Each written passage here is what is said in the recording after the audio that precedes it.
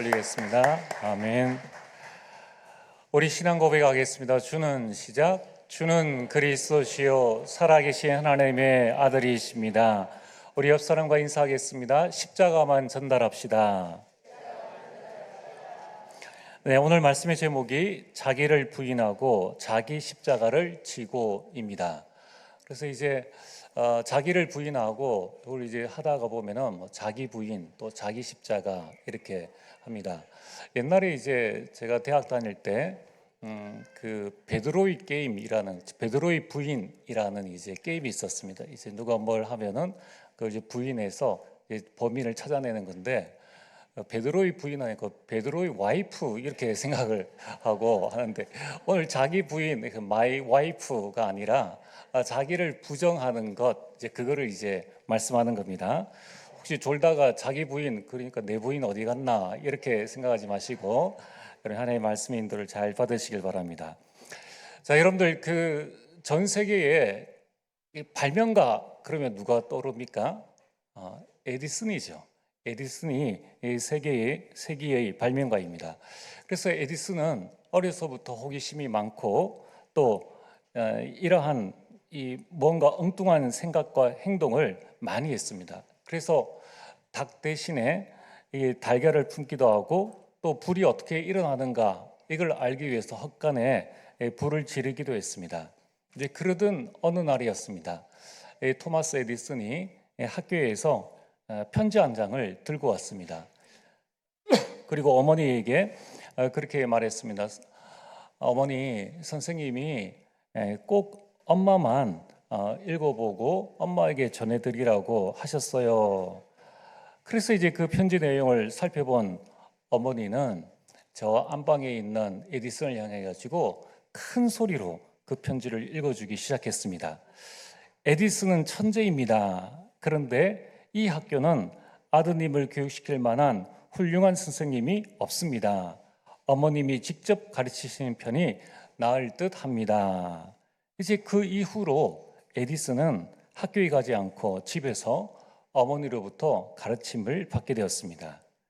이제 그러다가 시간이 이제 많이 흘렀죠. 이제 에디슨 많은 발명을 했지만은 그의 이름이 그렇게 드러나지 않았습니다. 그런데 어머니가 돌아가시고 난 후에야 이제 에디슨은 위대한 발명가로 그 명성을 전 세계에 날리게 되었습니다.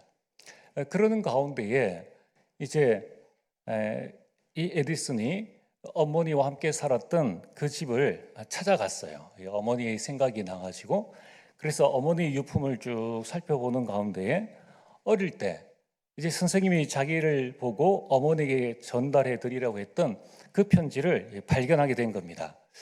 그래가지고 다시 한번 그 편지를 에디슨이 읽어보았습니다. 그 편지 내용은 이랬습니다. 아드님은 제정신이 아닙니다. 정신적 질환이 있는 것으로 보입니다. 학교에 계속 다닐 수 없다는 결정을 내렸습니다. 아드님은 퇴학당해 제적됐습니다. 자, 이 어머니가 읽어준 내용하고 본인이 직접 본 내용하고는 너무 다른 거예요. 그래서 에디슨의 감정이 북받쳐서 이 목이 메었습니다. 그날 에디슨이 집에 들어와서 자신의 일기장에 이렇게 썼습니다. 토머스 에디슨은 어머니가 세계의 천재로 변화시킨 정신병이 있던 아이였다. 그리고 난 다음에 훗날 에디슨은 이런 말을 남겼습니다. 어린 시절 보통 아이들과 달랐던 나를 진정으로 이해해 준 사람은 어머니뿐이었다. 그런 어머니의 기대를 저버리지 않기 위해 반드시 훌륭한 사람이 되겠다고 다짐했다.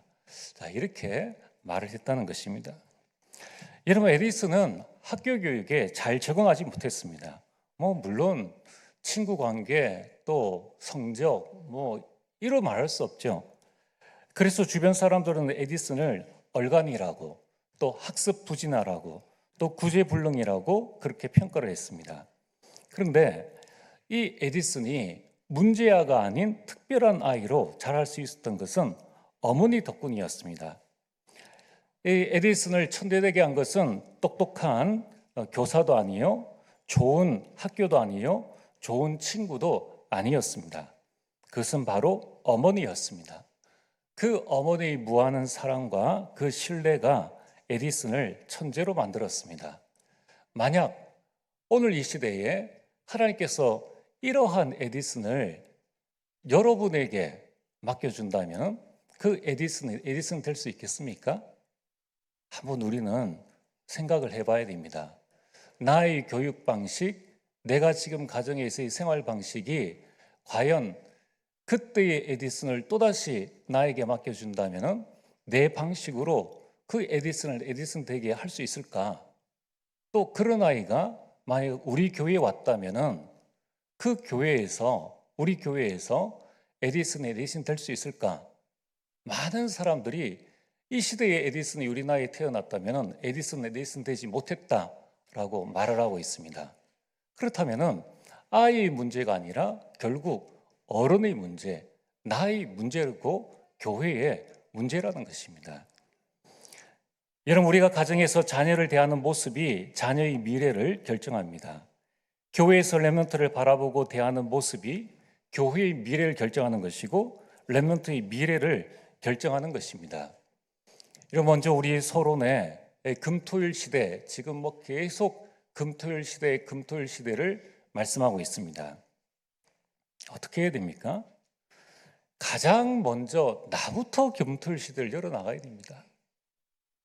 토머스 에디슨의 어머니가 그 아이를 보는 눈이 남달랐던 것은 자신이 달랐기 때문입니다. 그 자신이 학교 선생님과 주변 사람들의 말에 흔들리지 않는 그 자신만의 무언가가 있었기 때문이라는 거예요. 여러분, 우리는 이 금토일 시대에 나를 살리는 집중을 먼저 하셔야 됩니다. 그리고 두 번째는 가정에서부터 시작을 하셔야 돼요. 이러면 학교도 감당하지 못한 그 아이를 가정에서 어머니의 교육으로, 어머니가 수학, 물리학, 과학을 다 가르치겠습니까?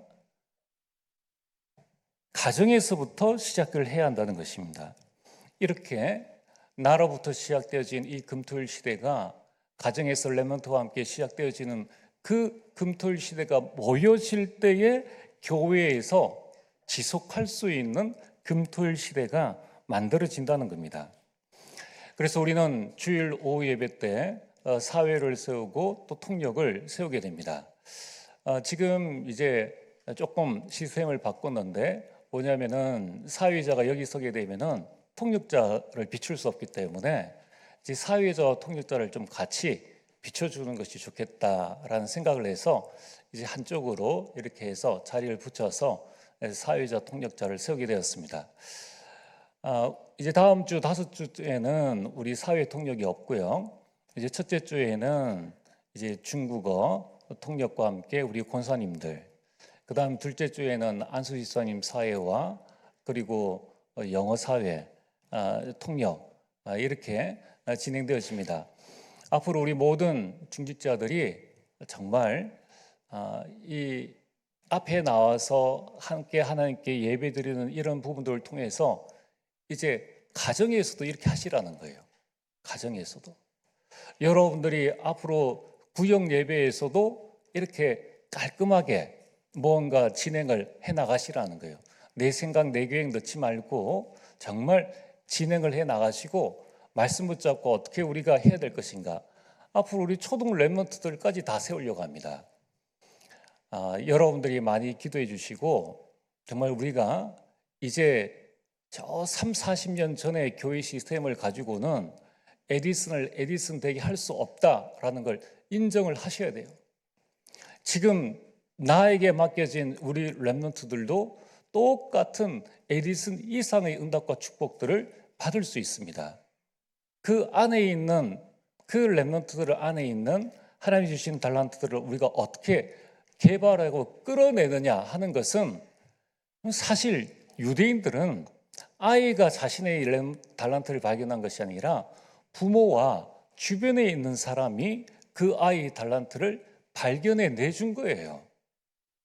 그렇다면 오늘 저와 여러분들이 우리가 이러한 금토일 시대의 근본을 정확하게 붙잡고 여러분이 전도의 모임을 꼭 하시고, 구역 예배에 모여서 그 구역 안에 있는 렘넌트들과 우리 성도들을 위해서 기도하시고, 또 가정에서도 5분이든 10분이든 렘넌트와 함께 이 어떤 메시지를 지금 받았는지 같이 강단 말씀을 붙잡고 포럼하시고, 그러한 하나님의 응답과 축복들을 누리게 되길 바랍니다. 오늘 본론입니다. 여러분, 이번 주간은 고난 주간입니다. 복음인데 뭐 고난 주간이 필요하냐? 그러면 유대인이 이길 수 없습니다. 자, 오늘 여러분들이 고난 주간에 우리는 이 고난 주간을 어떻게 보낼 것인가? 자, 고난 주간의 참된 의미는 뭡니까? 고난 주간의 참된 의미는 예수 그리스도의 죽으심을 슬퍼하는 것이 아니라 이 십자가를 통해서 지금 나와 함께 하시는 예수 그리스도를 체험하는 거예요. 그 십자가의 의미를 내가 알고 그것을 우리 자녀들에게, 그것을 우리 구역에서 구역원들에게 전달하는 것입니다. 자, 그렇다면은 오늘 우리가 가장 먼저 깨달아야 될 부분이 뭡니까? 오늘 하나님의 말씀 24절에 예수님께서 말씀하셨습니다. 이에 예수께서 제자들에게 이르시되 누구든지 나를 따라오려거든 이라고 말씀하십니다. 여러분, 이 따라오려거든 이 말씀은 참 제자가 된다라는 그 의미입니다. 자, 그렇다면은 오늘 여러분들이 가장 먼저 나는 누구의 제자인가? 우리 부모님들이 누구의 제자입니까?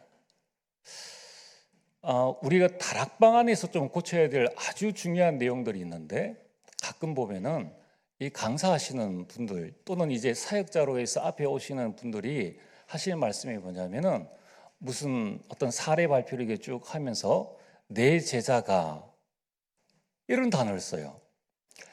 예전에는 우리가 그런 단어를 안 썼습니다. 또 일반 교회도 그런 단어를 안 써요. 내 제자가. 또 어떤 목회자들도 내 제자, 어떤 사역자들도 내 제자 이렇게 말을 합니다. 여러분, 우리가 타 교인들과 만났을 때에 또는 이제 노예나 뭐 어떤 중요한 일들이 있을 때에 소개를 할 수가 있죠. 우리가 중직자들과 함께 가거나 렘넌트들과 함께 가서 다른 사람에게 이분을 소개할 때가 있습니다. 이거 누구입니까? 라고 할 때에 그럼 내 제자입니다 하면은 할 말이 없어요. 네 제자구나. 그럼 무슨 말을 하겠습니까? 그런데 우리 교회 장로님입니다. 그러면 트리니티 교회 장로님들은 정말 멋있군요. 이렇게 되어질 텐데 내 제자라는 거예요. 우리 교회 렘넌트입니다. 그러면은 하나님께서 영광을 받으실 텐데 내 제자다. 그렇게 말을 하는 겁니다. 이거 정말 고쳐야 됩니다. 이게 편가르기예요. 이게 편가르기. 교회 안에 네 제자 내 제자가 있고 내 편 네 편이 있습니까? 그러면 안 되는 거예요.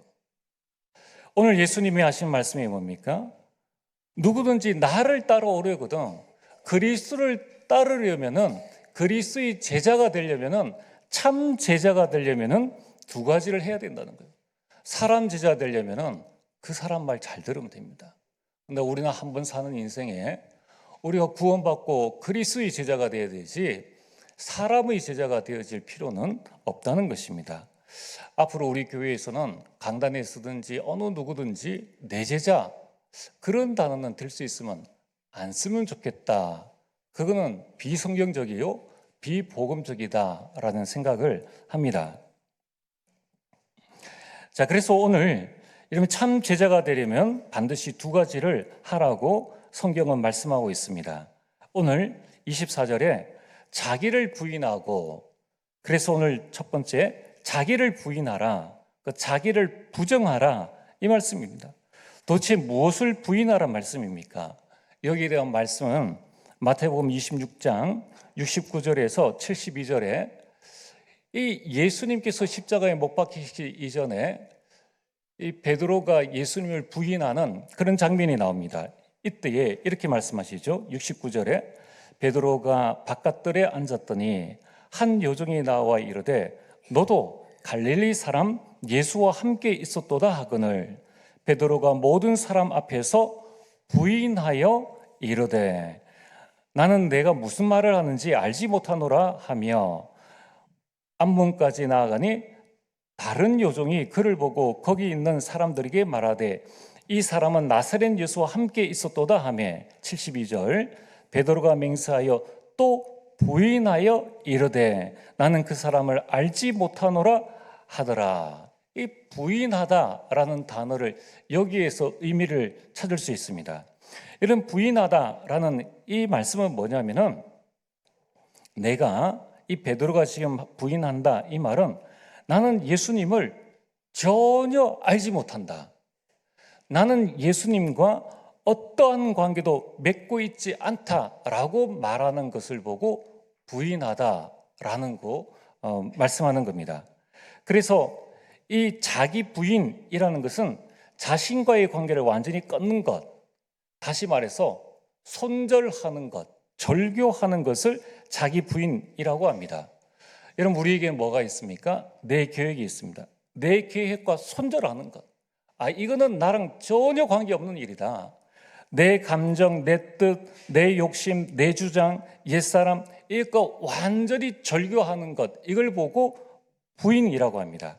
다시 말해서 내가 가지고 있는 모든 것과 완전 절교하는 것, 그래서 내 뜻이 아닌 하나님 뜻대로 사는 것을 보고 자기 부인이다라고 합니다. 자, 그래서 오늘 이 22절에서 23절에 만약에 자기를 부인하지 않으면 내 뜻과 내 계획과 이 모든 것들과 손절하지 아니하면은 절교하지 아니하면은 어떻게 되는가에 대한 부분이 22절에서 23절까지 말씀입니다. 여러분 우리가 보통 마태복음 16장 그러면 가장 잘 아는 것이 마태복음 16장 16절에 주는 그리스도시요 살아계신 하나님의 아들이십니다까지만 보통 알고 있습니다. 근데 이후에 더 중요한 말씀이 있는 거예요. 이렇게 고백했던 베드로, 그 베드로에게 예수님은 세 가지의 큰 축복들을 주십니다. 심지어는 너는 반석이라, 내 반석 위에 나의 교회, 예수님의 교회를 세우겠다라는 어마어마한 축복을 주셨다는 거예요. 그런데 이 축복을 주시고 난 다음에 베드로는 힘이 났겠죠. 야, 예수님이 나를 축복해 주시고 내 고백에 예수님이 막 칭찬해 주셨어. 그러니까 이제 베드로는 더욱더 예수님과 가까워진 것 같은 그런 느낌이 들었다는 겁니다. 그럼 그렇지 않겠습니까? 누군가 나를 칭찬해 주면 내가 저 사람과 좀 더 가까이 있고 싶고 저 사람이 나를 더 아끼는 것 같다라는 이제 그런 마음이 드는, 자신의 욕심과 자신의 계획이 뭔가 이루어질 것 같은 그러한 생각이 들었다는 거예요. 왜냐하면 이 제자들은 아직까지 예수님을 메시아로 생각하는데 그 메시아는 나를 구원해 주는 메시아가 아니라 이스라엘을 로마에서 해방시킬 왕으로 보았기 때문에 언젠가 내가 한 자리 차지하지 않겠느냐 하는 그런 마음을 가지고 있었다는 것입니다. 여러분 그때에 이제 예수님께서 말씀하시지 않습니까? 예수님께서 이제 제자들이 그리스도임을 고백하는 그때에 이제 이때부터 21절에 그리스도께서 자기가 예루살렘에 올라가 장로들과 대제사장들과 서기관들에게 많은 고난을 받고 죽임을 당하고 제3일에 살아나야 할 것을 제자들에게 비로소 나타내시니 이러면 안 되시는 거예요. 이러면 안 되죠. 내가 지금 예수님을 등에 입고 국방장관 해야 되는데, 내가 지금 영의정 좌의정 해야 되는데 아니 예수님이 지금 죽겠다고 하시니까 지금 이 12제자에게는 큰일 난 겁니다. 아니 도대체 뭐 어떻게 하라고요? 예수님 따라다니면서 먹을 것, 입을 것, 마실 것 다 하고 이제 무언가 중요한 것을 바라고 있었는데 예수님이 나는 죽을 것이다 하니까 당연히 그건 안 되는 일이죠. 그러니까 22절에 베드로가 예수를 붙들고 항변하여 이르되, 항변했다는 거예요. 그러면서 하는 말이 주여 그리 마옵소서 이 일이 결코 죽게 미치지 아니하리이다. 이게 하나님의 뜻입니까? 베드로의 뜻입니까? 베드로의 뜻이에요. 이 베드로가 이런 고백을 했을 때에 23절에 예수께서 돌이키시며 이 말씀은 뭐냐면은 예수님께서 베드로를 꾸짖기 위해 그를 향해 돌아서셨다는 거예요. 그냥 가시면서 하신 말씀이 아니라 베드로가 이런 말을 하니까 정색하시고 딱 그를 보시고 하시는 말씀 세 가지입니다. 여러분들, 자기 부인을 하지 않으면 어떻게 되든가, 자기 부인하지 않았던 이 베드로를 향하여서 예수님께서 하신 이 말씀, 어마어마한 이 꾸짖음 세 가지를 우리는 기억을 해야 됩니다. 첫 번째, 뭐라고 말씀하셨습니까? 사탄아, 내 뒤로 물러가라. 아니, 조금 전에는 너는 반석이라, 음부가 너를 이기지 못하리라, 천국 열쇠를 주리라, 이렇게 말씀하셔 놔놓고 이제 베드로가 그 인간적인 마음으로 예수님 그렇게 하시면 안 됩니다 라고 하니까 예수님께서 정색을 하시고 베드로를 보시고, 야, 이 사탄아, 내 뒤로 물러가라 라고 명령을 하셨다는 거예요. 자, 여러분들, 이 집회나 뭐 갔는데 여러분들 보고 사탄아라고 하면 기분 좋습니까? 안 좋습니까? 이건 뭐 기절초풍할 일이죠. 자기 부인하지 않았던 베드로의 욕심과 계획을 가지고 있었던 그 베드로를 향해서 예수님이 하신 말씀, 사탄아 내 뒤로 물러가라. 이 말씀은 베드로가 사탄이라는 것이 아니죠. 그럼 뭡니까? 이게 중요하다는 거예요. 지금 베드로가 사탄에게 이용받는 도구가 되었다는 거예요. 오늘 우리가 나를 부인하지 않으면 내 자신이 얼마든지 직분과 관계없이, 여러분 지금 베드로는 예수님을 따라하는 수제자예요. 그것과 관계없이 얼마든지 사탄에게 이용당하는 도구가 될 수 있다는 것입니다. 두 번째 뭐라고 말씀하십니까? 너는 나를 넘어지게 하는 자로다.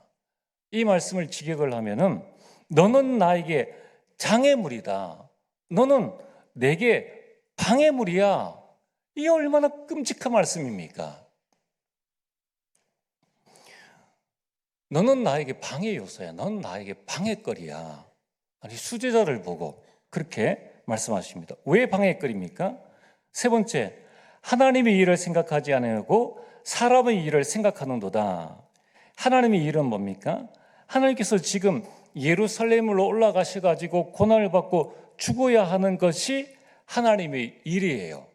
그것은 생각하지 않고 베드로는 자신의 일, 사람의 일, 예수님이 고난을 받으면 안 된다. 예수님이 고난받고 죽으시면 내가 설 자리가 없다. 자신의 이 계획에 집착하고 있는 것을 꾸짖으셨다는 거예요. 오늘 여러분들이 나를 부인하지 않으면 나 자신이 얼마든지 언제든지 걸림돌이 될 수 있다는 것을 꼭 기억을 하셔야 합니다. 그래서 오늘 여러분들 이 고난주간에 과연 나는 디딤돌인가 걸림돌인가, 이 부분을 하나님 앞에서 우리는 한번 살펴봐야 됩니다. 과연 이 에디슨을 우리 가정에 맡겨놨을 때에 에디슨 되게 하는 디딤돌인가 아니면 나는 걸림돌인가?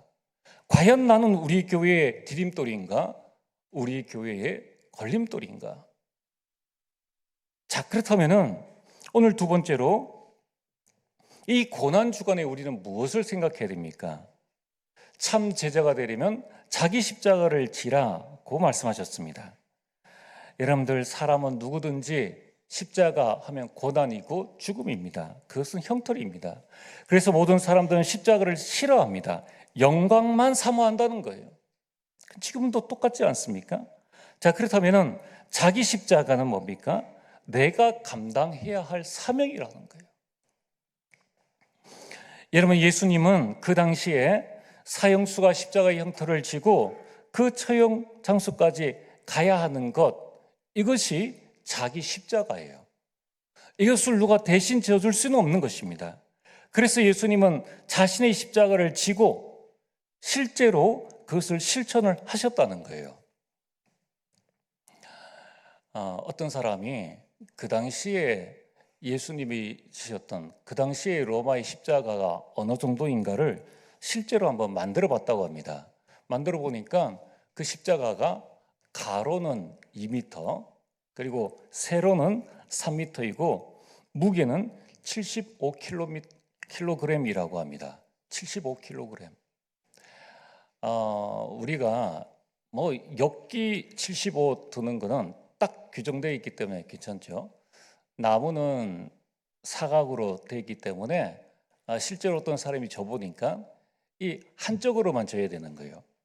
그러니까 이 모서리에 이 부분이 닿기 때문에 자꾸 한쪽으로 이렇게 쓰그러든다는 겁니다.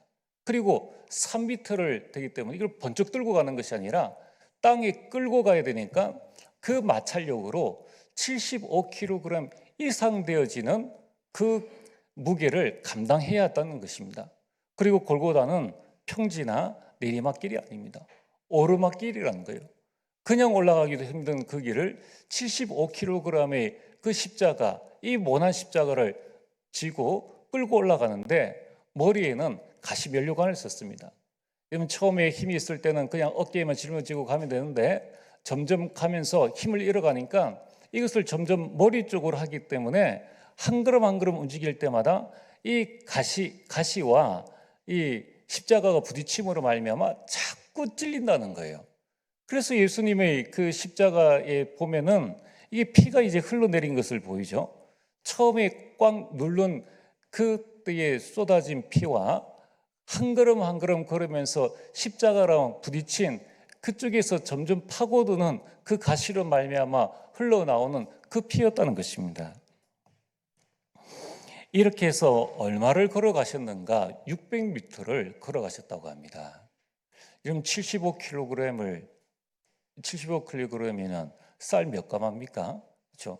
그걸 메고 여러분들이 600m를 걸어간다는 것. 그런데 건강한 사람이 걸어가는 것이 아니라 예수님은 밤새 채찍을 맞으셨어요.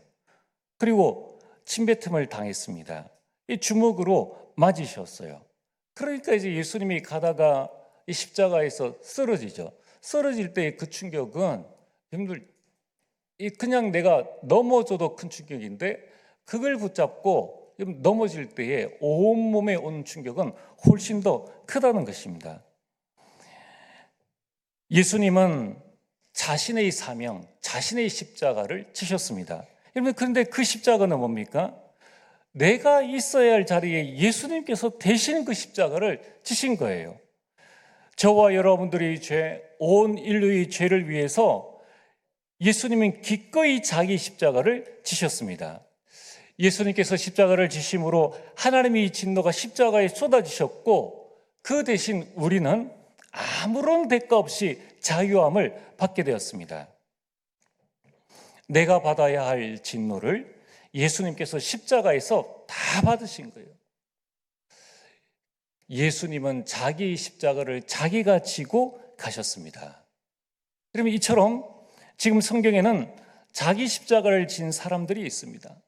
그 십자가가 고난인 줄도 알고 있었지만은 그것을 회피하지 않고 자기 십자가를 지고 간 대표적인 사람이 예수님을 부인했던 이 베드로였습니다. 예수님을 부인하고 저 도망간 베드로에게 예수님께 찾아가셔서 요한복음 21장 15절에서 19절에 내 어린 양을 먹이라고 말씀하셨습니다. 그러면서 18절에 이렇게 말씀하십니다. 너는 내 어린 양을 먹이는 이 십자가를 져야 한다. 그러면서 18절에 내가 진실로 진실로 내게 이르노니 내가 젊어서는 스스로 띠뛰고 원하는 곳으로 다녔거니와 늙어서는 내 팔을 벌리리니 남이 내게 띠띠우고 원하지 아니하는 곳으로 데려가리라. 19절에 이 말씀을 하시면 베드로가 어떠한 죽음으로 하나님께 영광을 돌릴 것을 가리키심이러라. 베드로는 알고 있었어요.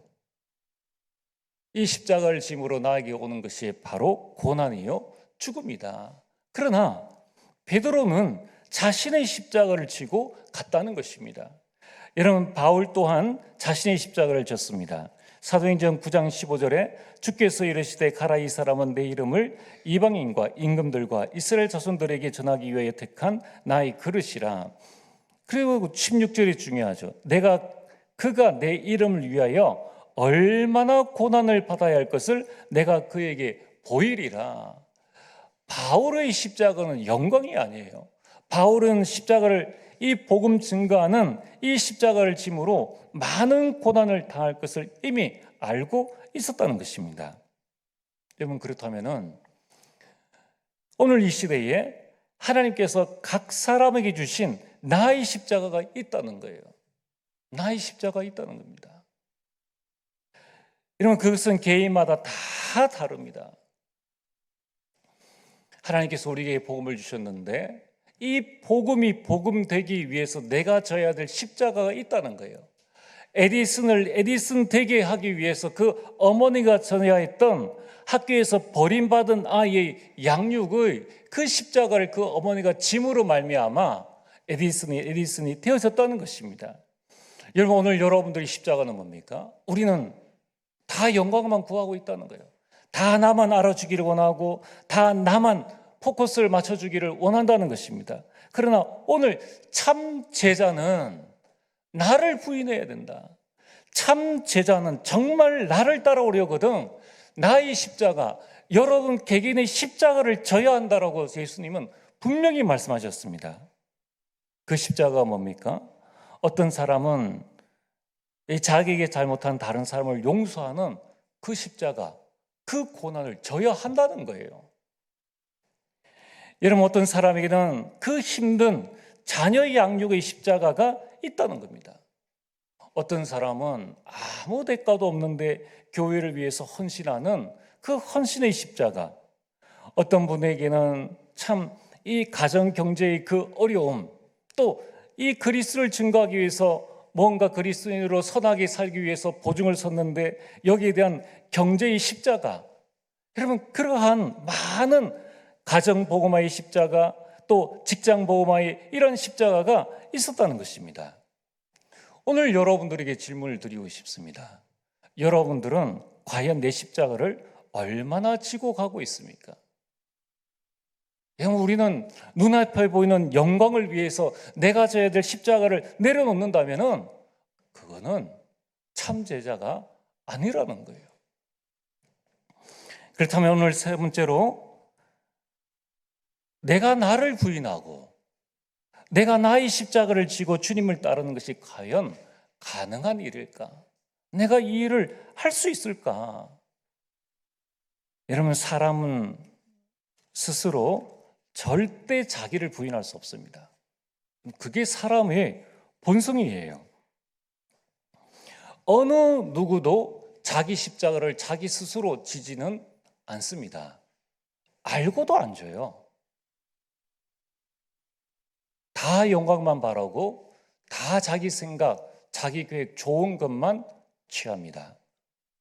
자, 그렇다면 오늘 우리가 이 말씀에서 분명히 기억해야 될 말씀이 마태복음 11장 28절에 수고하고 무거운 짐진 자들아 다 내게로 오라, 내가 너희를 쉬게 하리라. 아니, 예수님 믿으면은 다 쉬게 하리라. 수고하고 무거운 짐을 다 내려놓으라고 말씀하셨는데, 이 나를 부인하는 이것, 자기 십자가를 지는 것은 또 다른 짐이 아닌가라는 그러한 의문을 가지게 됩니다. 아니, 예수님, 불신자도 안 지는 이 무거운 짐을, 이 헌신의 짐을, 이 헌당의 짐을, 아니 이 어려운 내 아시에도 아닌데 렘넌트를 내가 양육을 해야 됩니까? 이런 십자가를 내가, 이 부담스러운 것을 내가 져야 합니까? 여러분, 과연 자기를 부인하고 자기 십자가를 지는 것이 나의 의지와 나의 노력으로 가능하겠습니까? 절대 가능하지 않다는 거예요. 여러분들, 예수님이 십자가의 고통을 감당하신 것은 예수님이 참을성이 많기 때문이 아닙니다. 그것은 하나님이 주시는 힘으로만 가능하다는 거예요. 하나님이 주신 힘을 얻었기 때문에 가능하다는 것입니다. 우리 역시 똑같은 육신을 가지고 있습니다. 하나님이 주시는 힘을 얻을 때에만 내가 나를 부인할 수 있는 거예요. 그래서 여러분들, 우리가 복음적 삶, 이게 되어졌다. 말만이 복음이 아니라 정말 나의 삶이 복음적 삶이 되어졌다. 그게 진짜 복음이라는 것입니다. 여러분, 우리 하나님이 주시는 힘을 얻을 때에만 나의 십자가를, 나를 부인하는 것을 감당할 수 있다는 거예요. 이것을 우리가 이번 고난주간에 깊이 묵상하고 하나님 앞에 나아가야 한다는 것입니다. 여러분, 십자가는 고난과 고통과 죽음으로만 끝나는 것이 아닙니다.